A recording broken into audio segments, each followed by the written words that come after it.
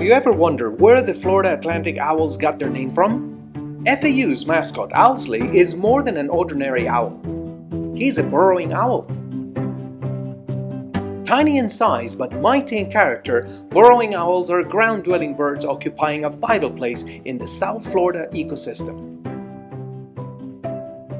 Long before FAU was established, the burrowing owl thrived in the open prairies of Florida by making small burrows, protecting them from predators, and securing a safe nesting area. However, times have changed, and habitat destruction caused by unregulated zoning laws has impacted the burrowing owl's ability to flourish. According to Florida Fish and Wildlife, habitat loss has dwindled their estimated numbers across Florida to less than 10,000. As FAU continues to grow, now with 30,000 students, increased human activity and new construction projects pose a great risk to these tiny owls.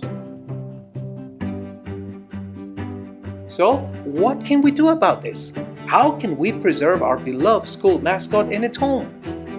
We asked Dr. Colin Hughes, an avian enthusiast and conservation scientist at Florida Atlantic University, about the plight of the burrowing owl and the potential solutions that could be implemented to restore their numbers and respect their territory. With new controversial construction projects being approved at the FAU Boca Raton campus, Dr. Hughes emphasizes the role wealth, increased rates of student acceptance, and building pressure play in this equation.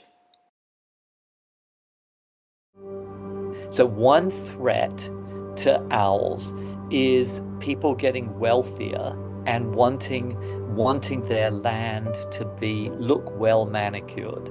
People love development, right? And when they look at a patch of grassy, weedy stuff, exactly the kind of places that the owls look like, they don't see value in it. Habitat destruction is the number one concern for environmentalists. However, there are few statewide conservation initiatives aside from designating burrowing owls an endangered species.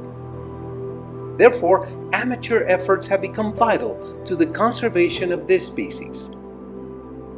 I think that the efforts are a little misguided. There has been research done statewide to try, for example, to figure out how many owls are living out in the real wild. And Florida Fish and Wildlife has funded these efforts to try to get people to go out, find where the owls are located, and count how many there are. That's really the extent.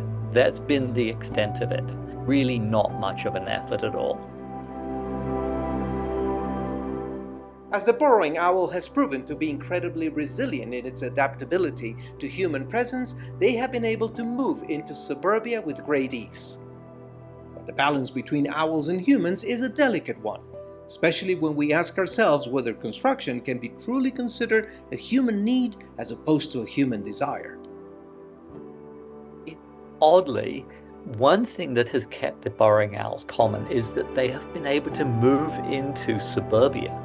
What it seems what they need really is just sort of relatively untended open areas.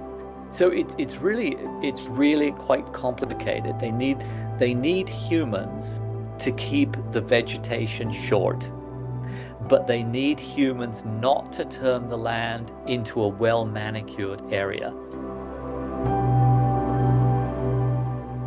In my view, if they're going to build, what they should build, they should try and make it denser rather than space things out.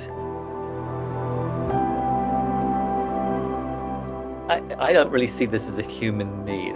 It's a human desire for, right? We don't need to have that much space.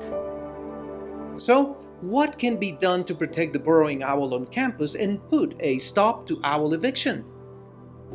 In summary, Dr. Hughes recommends keeping campus vegetation short but not manicured, avoiding irrigation near owl nesting grounds, and building on top of already existing parking lots. In addition, he underscores the importance of implementing long-term solutions. The big thing would be just to get people to care. It's the apathy that will doom the animals here.